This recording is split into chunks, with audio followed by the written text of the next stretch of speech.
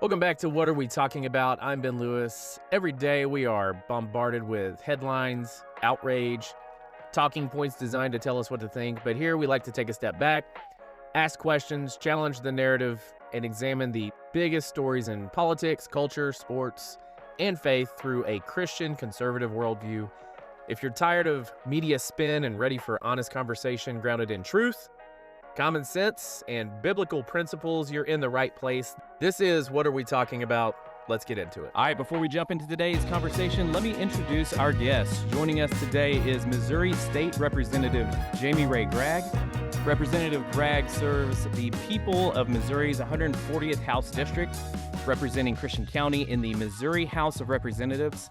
First elected in 2022, he works on several key committees in Jeff City, including General Laws, where he serves as vice chairman, along with Commerce, Elementary and Secondary Education, Fiscal Review, Ethics, and Children and Families.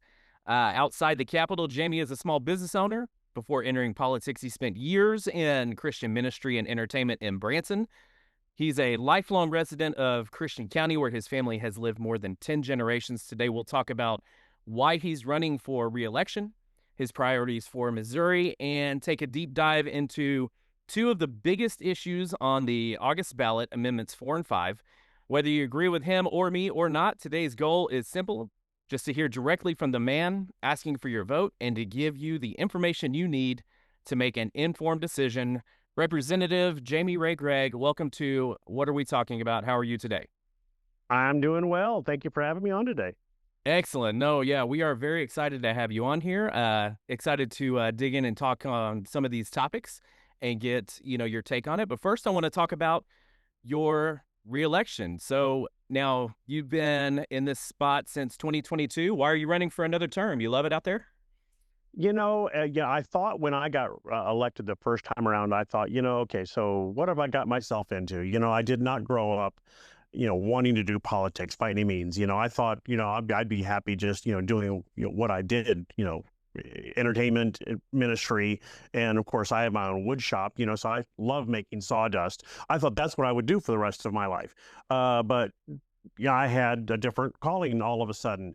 I just had a strange thought crossed my mind one day. My son reinforced it, and I had other people approach me, and it snowballed. And it was after much prayer, it was definitely a God call. God was like, okay, you're in a different position in life right now. Your children have grown up. They're moving out of the house. You are in a different position in life. You have something new I want you to do. And boom, here I am. And I thought, okay, Lord, I think that is the swampiest place you could ever put me. I'm going to hate this. But I got up here and I saw that there are processes, there are things laid out. And not only that, but when I got up here,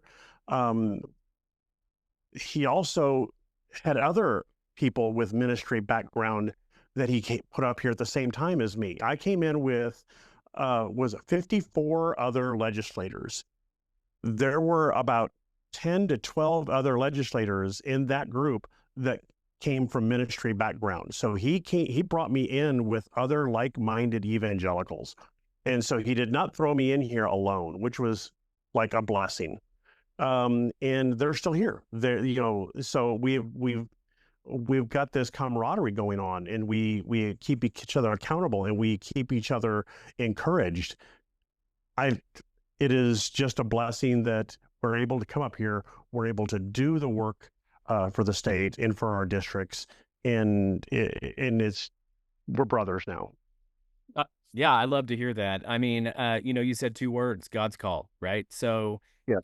if there's one thing that I've learned in life, it's if God calls you and He tells you go, it's time to go, right? So, like, you can put it off as long as you want, but eventually, that at bat's coming back up, right? So, I love to hear that, and the fact that you have others in ministry, man, that sings to my heart there, because my family and I are strong followers of Christ. We have our own online evangelical ministry as well, so you and I are parallel there as well. So hearing that You're right. I mean, because outsiders looking in, you think this is the swampiest, place of all time, right? So obviously, light drives out dark. So we need people like you guys in there. So it's awesome to hear that. Yes. Yes. All right. It's in the calling on your life, I've always been told, and I've always said it, if you're president and God calls you to be a ditch digger, you'd have to step, you'd have to step up to be that ditch digger from president. It's Yes. Yes. whatever God calls you to do is the higher calling. You've got to do it. And so to me, I always thought that stepping into politics was a step down. But this was something I couldn't say no to. Absolutely. Wherever God calls you to step, that's a step up. I love it. Okay. So That's right. if voters send you back to Jeff City, what would you say, like one or two or three of your top priorities would be? And this is, I don't have it necessarily this and this and this. My realm that I focus on is, and I think this has always been, you can look at my legislation and see this. What I try to focus on is anything to do with the family unit, whether it's moms, whether it's dads, whether it's kids, whether it's grandparents, whether it's anything to do with that, with the family unit, because I believe if you take care of the family unit, everything else kind of falls into place or is easier to deal with, because the family unit is the nucleus of everything. If you take care of dad, you're taking care of workforce development. You're taking care of tax issues. You're taking care of safety and security of the family. If you take care of mom and taking care of kids, you're taking care of education. You're taking care of the spending of the family. You're taking care of things of the home place. You're taking care. You see how everything branches out from the home, the nucleus. That's just the natural progression of everything that we do here. You take care of everything at the center of life. Everything radiates out from that. And so if we can keep everything in that nucleus healthy and where it should be, then everything else is so much easier to work with. And it's no secret. I've been working on a father bill, obviously, because fathers are the forgotten dynamic, the one person in the family that hasn't gotten the attention that he deserves. Moms, necessary. We need moms. Children, we love our kids, obviously, but dads, they work, they slave, and you see TV commercials, it's always moms, so dads are always like off in the shadows and just, smiling. But dads are necessary. Dads, in that, like I said, that organic thing called the family. If Satan ever attacks it, he knows exactly where to hit it. How do you kill an organism? You take the head off. And he has attacked the family. And right now, we've got an epidemic right now of fatherless families. And he has cut the head off the family. And that family organism is dying. And so we've got to find some way to get dads back in kids' lives. So anything we can do to get dads back in the kids' lives, then that's something that I've kind of looked at and been trying to work on, because kids need moms, kids need dads. And that's just the way God created us. There are certain things that kids get from moms. There are certain things that kids get from dads. There are certain things that kids get from moms they can't get from dad. There are certain things that kids get from dad they can't get from mom. That's the miraculous design that God created us that way. And if we don't get those things that we need, then we end up with the society that we're living in right now, and that's whack. And we've got to give our kids a better chance. We've got to. Yeah, definitely. No, I mean, that speaks. I mean, you hear all the time, and you can watch television shows, obviously, and see how the dad's role in, a sitcom or a TV show has changed from being, the leader, like, I'm gonna go old black and white, like Andy Griffith or Leave It to Beaver, to, they're just kind of like the joke or the foil, so, it's, yeah, absolutely. The family unit. Absolutely. No, I agree with that wholeheartedly. All right. Yeah, Well, Yeah. Yeah, that's where my legislation goes. Is if I take care of the family, then then everything else radiates out from that. Perfect. No, I love it. Okay. All right. All right. Let's go into these amendments. Okay. So I'm getting a lot of comments and stuff online, talks with, friends and family about amendments 4 and 5. And so I just want to kind of pick your brain, get, your viewpoints on this. I know, I've seen, that you're yes on 4 and 5. And I've, kind of read up a lot on this. I've made, some posts that, some people have loved, some people have called me foolish and a moron, which, I mean, that's social media, right? That's the good thing about everybody having a voice. But ultimately what I'd like to do is just approach each of these individually, and we'll start with Amendment 4. And for the people who haven't read Amendment 4, they just don't know, all they're doing is seeing graphics online that say no or yes. Can you just explain in the plainest of English what Amendment 4 would do if passed? Sure. Now, right now, there are two ways to get something on the ballot. You can either have it go through the legislature, and it would be a legislator would present a bill. They would go through the legislature, go through the Senate, and if it passed the legislature, and then it would go on the ballot, and the folks in the state of Missouri would vote on it, and it would literally have to pass by 50% of the population that voted plus one. So if, and I'm just going to pick a round number here, if 10,000 people voted, you would need 5,001 persons to vote yes or no for to either pass or fail. That's all it would take. And then that's it. Or the other way to get something on the ballot is you have initiative petition, which are these people you see with clipboards at Walmart, the library, Kohl's, or the mall, or wherever you go shopping, and they're out in the parking lot, and they ask you to sign this petition to get something on the ballot.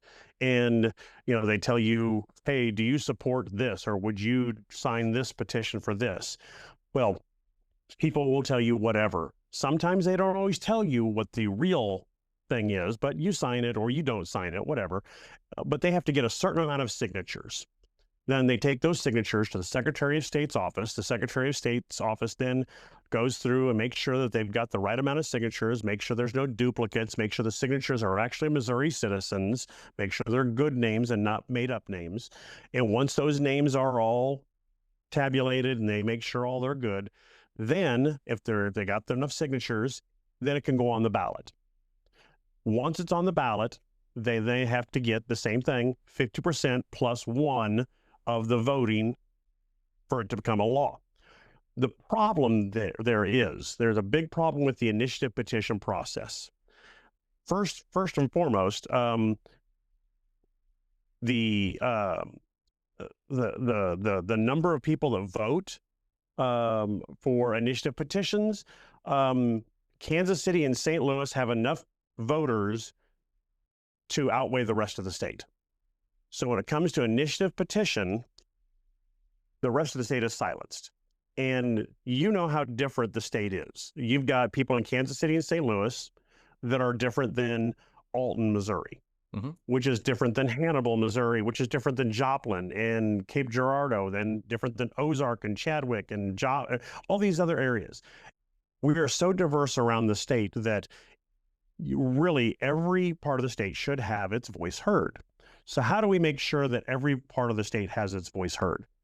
That's what this Amendment 4 will do. What it does is instead of Kansas City and St. Louis, the big cities, having every say-so in these votes, the congressional districts, there are 8 of them in the state, 1 through 8. We're in the 7th congressional district down the southwest part of the state.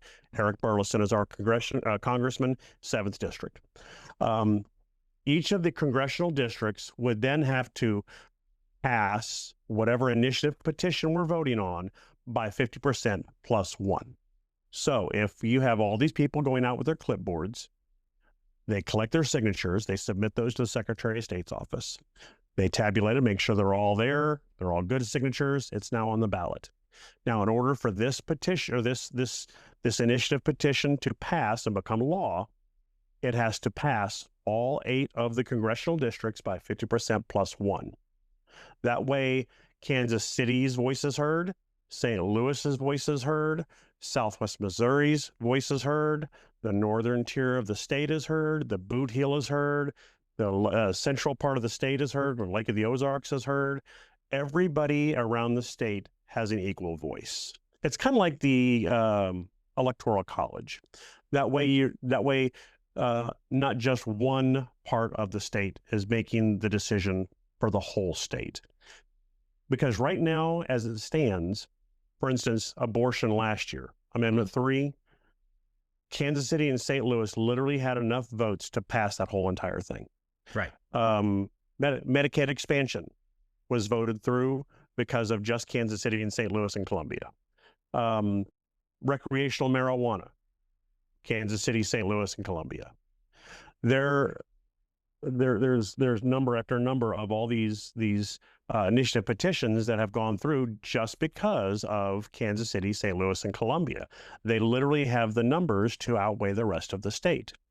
We are literally silenced down in our area because we do not have a voice, because we do not have the numbers to be even heard. So what this does is it will literally give the rest of the state a voice. Yeah, and okay, so whenever I'm talking to somebody about this, an example I use is everything that you just said are things that I've been saying as well about that St. Louis and Kansas City can carry an entire vote. And like abortion, for instance, I made a post that, I was shocked whenever that actually passed in 2024. Maybe I was naive to think that everybody, in a historically red state would think, more similarly to me than otherwise. But then when I start digging into the numbers, you're right. If 67% of 1.5 million in the St. Louis area vote one way and 67% of the 350,000 people in the Southwest Missouri area vote another way, 67% of 1.5 million is always going to beat the other. There you go. I mean, numbers are numbers. And so my concern is this, and I say, we started off with initiative petitions such as, Medicare expansion, you've got recreational marijuana, gambling, and abortion, okay? So, and these are like the main ones that I've seen over the past 10 years, right? And whenever people push back to me online, they're like, well, you wouldn't have abortion or recreational weed or gambling without this. My question is, did that make us a better state having them passed? And my answer is, I don't think so, right? So then I think, if this is the starting point, what could the finish line look like if certain areas like St. Louis and Kansas City demographically become so different to the rest of the state? Well, that's a very good question. If we do not pass Amendment 4 this year, Missouri will change drastically. And I don't like being fearmonger. I don't. No, I hate fearmongering. I do. So I'm going to preface that right off the bat. The other side of the aisle has locked and loaded right now so many initiative petitions ready to go because they know that Amendment 4 is what we're pushing right now. We're going to do everything we can to try to fix the initiative petition problem. They're going to put Prop A back out there, which is the paid sick leave. They're going to try to, which will in essence put all of our small businesses out of business. Right. They're going to push that again. They're going to be pushing a lot of 2A problems. They're going to try to get rid of our guns. We know that. They've been pushing that in the legislature for years. They're going to try to they're going to push woke down our throats in the schools. They're going to try to push back on transgender rights. They've got lots of things locked and loaded, ready to go. This state will turn into a cesspool if we do not get this passed. I bite my lip when I say this till I bleed. I would sacrifice all the other amendments this year if we can get 4 passed, because 4 is the future of Missouri. And like I said, I don't want to sound like like I'm fear mongering, but this scares me because I've seen it. I've been up here for 4 years already. I've seen the vitriol from the other side of the aisle, and I've seen the enemy, and they are ugly.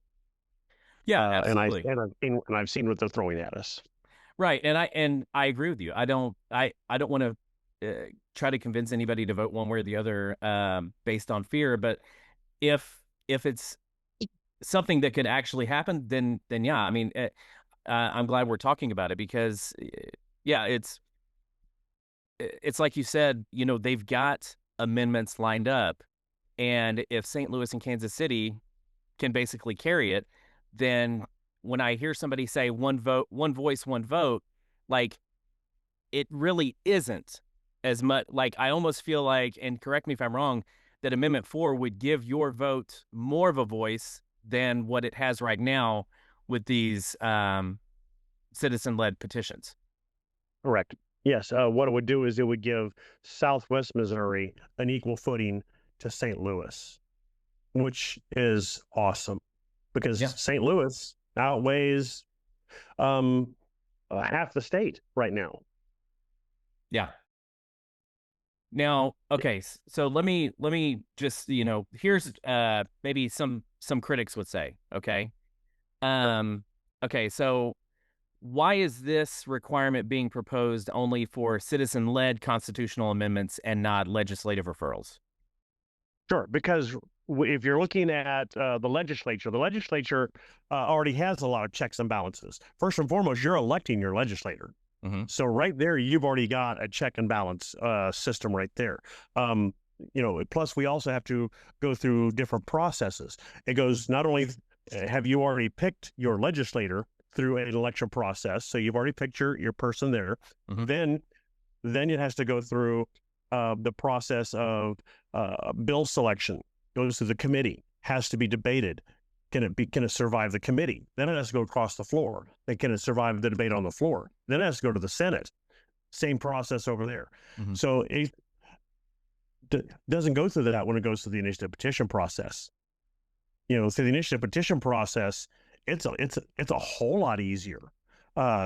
Literally a whole lot easier. All you have to do is get signatures, goes on the ballot, you vote. That's wild. In the legislature, it's a lot harder. Yeah, I really think honestly that a lot of people just don't understand how easy that is. I will get onto it here because of time, but yeah, the clipboards. I mean, the clipboards are a real thing, and some people will just sign it to not have a conversation and not even pay attention to what they're signing, and then next thing you know, they're, you know, voting on what they're voting on, right? So, yeah, absolutely. Okay. And the biggest thing about Amendment 4 is a lot of the dollars that pay for those clipboards and that pay those people with the clipboards, that's out of state dollars. And so Amendment 4 would also, Amendment 4 would also be killing a lot of those out of state dollars because we've got these interest groups from other states, from other places that just want to change Missouri. They're tired. They're tired of Missouri being conservative. They want to make the rest of the country look like where they're from. Well, I'm sorry, we don't mess with my state. Don't California my Missouri. You've heard that before. Yep. That's what they want to do. So they're spending all their money in here to change our policies to look like their policies. And so they're funneling a lot of money in here. They're paying the people that are getting these signatures. They're putting the money into the commercials that you see on TV, here on the radio, getting the flyers in your mailboxes. This Amendment 4 will stop that too. If this is going to be a citizen-led initiative, then it needs to be a citizen-led initiative, not an organization out of New York or Washington, D.C., or Minnesota or Florida. No, from Missouri. If this is something the Missourians want, then let it be from Missourians. Absolutely. 100%. No, I agree with everything you've said here. Okay, perfect. Jamie, thanks for the information on Amendment 4. Okay, let's go to Amendment 5. Amendment 5 is the gradual elimination of Missouri state income tax. For someone who is just hearing, let's say they woke up today and they're like, what? You know, they've been in a coma and they're like, what's Amendment 5? What exactly is Amendment 5 proposing that we do? Now, I'm going to warn you right off the bat. There are people that have dreams of nightmares and they're butterflies, unicorns, and sparkly like glitter. Then there are people who have nightmares of numbers. I'm in that category. Not going to lie to you right there. I am not on budget. And so when it comes to the numbers and understanding them, I'm the guy that has to strap in, hold on tight, and pay attention twice as much to understand half as much. Gotcha. But I do know this. When it comes to eliminating the income tax, the state income tax in the state of Missouri, yes, this is going to be a replacement. This is not going to be, all smiles and happy. This is going to be a transition. It's not going to be as smooth as people say that it could be. Some people say that, hey, it's going to be a bumpy ride. It's going to be terrible. Well, yeah, it's going to be rough. It's going to be a paradigm shift. It will be a shift from collecting income tax to basically a sales tax. And with that, there will be some exceptions. The exceptions will be medical items will be exempt from sales tax. So healthcare, housing will be exempt because housing is already outrageous as it is right now. And if I'm not mistaken, farming is exempt as well, because farming is our number one industry in the state of Missouri, and it is the next impossible to get young people to go into farming. We just can't make that any harder as it is right now. So as far as I know, those are the only three. Those will be the only three. So anyway, but this will be a 5-year process for us to do the studies, to do what this will look like in the long run. If we do not have a finished product in 5 years, nothing happens. We stay right where we're at today. So that's just the way it is. Yeah. So that is the timeline. If in 5 days and 5 years and 1 day, we're right where we're at right now. Nothing changes. Nothing happens. We're right where we are right now. So that is one thing that you don't hear a lot of people mention. Yeah. So yeah, that's something to have in the back of your head. So let me clarify that real quick. So you're saying sure. if this vote passes, nothing ultimately will change for 5 years until the plan is finalized. Is that what you're saying? Right. So it gives the legislature up to 5 years to figure out where the exceptions will be. Okay. What will be included in the services will be taxed. What the tax rate will be. It won't be any higher than 6.25. I think I heard yesterday. Because of guardrails and because of the states around us. 6.25 will be that cap. So that right there blows the lid out of a lot of these naysayers. You're hearing some people say 13, 14, 19, 25% sales rate. No, won't happen. So 6.25% will be the cap. Yeah, because somebody today was telling me that, someone told them potentially 15 to 20%. And, and then the concern becomes obviously, well, if I live close to one of these border states, like Arkansas or Kansas or, something like that, then I would just, drive across the border to do my shopping or whatever I need to do. You know what I'm saying? So like 6.25 being a cap would perhaps silence that a bit. Okay. All right. Well, that's good information. Now to put a shameless plug in here, since I am one of those people that does not, fall in the realm of budget-minded individuals, I do have coming on the 30th, and I don't know when this will actually air. So if this airs before the 30th, Representative Ben Keithley, who is the head of the Freedom Caucus in the House of Representatives, will be down at the VFW in Ozark, 6 o'clock. Okay. And he'll be having an evening where I've invited him to come down, and he'll be explaining all this, because he's one of those guys that does have happy dreams of all of this. Yeah. So he'll be coming down. I've invited him to come down, and he'll be having this discussion with folks. So I invited everyone to come down and listen to this, be a Q&A at the end and everything. So Okay. that's a Awesome. little plug there. Yeah. Yeah, we'll get that information out there for real. And I've got about 8 minutes left, so I want to touch on a couple more areas on this. So, are there specific like government programs that you believe could be reduced or eliminated, i.e., First Steps, disability Medicaid, school-based programs like DESE and stuff like that? The reason I ask is I have a granddaughter. So this would be a personal question. I have a granddaughter that has cerebral palsy. Her mom, busts her tail to do everything she can. She utilizes, all programs. And so then some people say, well, if this happens, then these programs will go away. Is that something that you see happening, or what are your visions of that? Do you have any idea on that? No, that's a fantastic question, and that's one that worries a lot of people.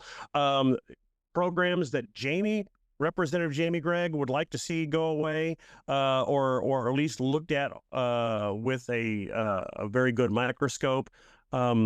I would like to really see like DESE looked at, because I know there's lots of issues with DESE. DESE is one that has been loaded up. There are things within DESE that have no business being in DESE.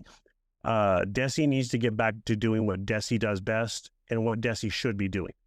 When it comes to the services like what you're referring to with your daughter, these are the people that need the help the most. These are the services we need to be leaving alone. We had a big scare with that was last year with the governor had a cut, and you should have seen some of the folks up in this building come unglued before we heard from our constituents. And so I was really, really pleased to see the rallying. You should have heard the phone calls being made out of this building to folks to get that reversed, get it fixed, to get it, make sure that people were taken care of. So I was glad to see that the funds were not messed with when it came to the care that our folks need back home, when it comes to the care and the in-home help that a lot of our folks needed. So I was glad to see that. No, those programs I will make sure are taken care of if I have anything to say about it. So but the ones that the programs that I would like to see looked at under a fine microscope are the ones that have money that they are just sitting on, or the ones that they are they're just they're blowing it on things that are not necessary, or they've got more money than they need, things of that nature, or these programs that departments that don't have a lot of oversight. Well, they need to have oversight. We should have checks and balances over everybody. And I hate to I'll mention names. The Department of Conservation, MoDOT, Medicaid expansion needs to be looked at highly, but unfortunately that was done by initiative petition. Medicaid expansion is a mess. I could go into some major details, but I know that's going to be it's going to kind of know our time that we have left. Hey, we'll get back together sometime on that. I definitely want to talk about That'd be that. great. So yeah. Yes. Okay. Yeah. All right. Thank you for that. Good info there. And last question. Somebody had mentioned this, and I thought this was a good question too. You've touched on the 6.25% cap, but would changing this give the legislature the full power to set the tax rate without a vote? Like, how does this relate to like the Hancock Amendment? Do you know what I'm talking about here? Hancock Amendment will not be touched. I know people have been freaking out about that. They've been screaming about it. The Hancock, believe it or not, the Hancock Amendment was the last conservative initiative petition to pass through back in 1980. So 46 years ago. Every initiative petition since then has been a left side initiative petition. That's how long ago it's been since the conservatives have actually passed anything through the initiative petition process. But no, the Hancock Amendment will not be touched. It's there. It's not going to be touched at all. And I've actually heard that from reinforced yesterday from Representative Darren Chappell, who again is another one of those guys who loves this stuff. He's sprinkling his Amendment 5 pixie dust yesterday in a discussion, and he reinforced that exact same thought. So no, that one will not be touched at all. Will this give the legislature the ability to raise and lower? No, it does not. This has the guardrails that keeps that from happening. No, we will not be able to raise and lower it on a whim. No, we will not. That's all in the language as well. Excellent. Jamie, this has been some great information. I appreciate you taking the time to meet with me today and get this out here, because it's very eye-opening. Because, the questions and concerns, like literally all the questions and concerns that people reached out to me with that I didn't have an answer for, you answered. And giving the answer that you gave, if they were a no, could push them closer to a yes. And if they were undecided, I think should push them to a yes. So I just want to say thanks again for joining, the show. I really appreciate you taking the time to come on and have this conversation. One of the goals of this episode is to help people understand what's actually on the ballot and hear directly from, you who is involved, whether they agree with you and I or not. I think, it's important that they have the opportunity to hear your perspective in your own words from the Capitol Hill, from being in the meetings and from seeing and talking to people, instead of through just Instagram and Facebook headlines and social media posts of, anybody that has a phone or a computer can, create an image on ChatGPT and throw it out there. So thank you for being willing to answer some of the tough questions and explain why you're supporting Amendments 4 and 5, as well as sharing your vision for another term representing the people of Missouri. Anything else you want to throw in there? Yeah, I appreciate you letting me to come on and talk and everything and share about these amendments, and also, what I'm doing up here. My biggest thing that I tell folks is, if you've got questions, I highly encourage you, reach out to your legislator, whether it's your senator or if it's your representative. Ask the questions. For the love of all that is good and holy, don't get your information from social media. Amen. Call someone that is in the know, and then don't take it for granted. Call another legislator, get supporting information if you have to. But yeah, get the answers. Just don't take someone's word for gospel. But become an informed voter, and then get out there and then vote on August 4th. Absolutely, Jamie. Man, we appreciate you, and God bless, and good luck in your reelection. Well, thank you for having me. Appreciate you guys. Thanks for hanging out today. If this episode made you think or challenged your perspective or gave you something worth talking about, I'd really appreciate it if you'd help grow the show. Hit the subscribe button on YouTube, follow us on Spotify and Apple Podcasts, leave a rating or a review, and share this episode with your friends and family. That's honestly the biggest way you can help us get these conversations in front of more people. If you've got thoughts on today's topic or ideas for future episodes, drop them in the comments. I do read them, and there's a very good chance they'll end up on a future show. I'm Ben Lewis, and this has been What Are We Talking About? Thanks for listening, and we'll see you next time.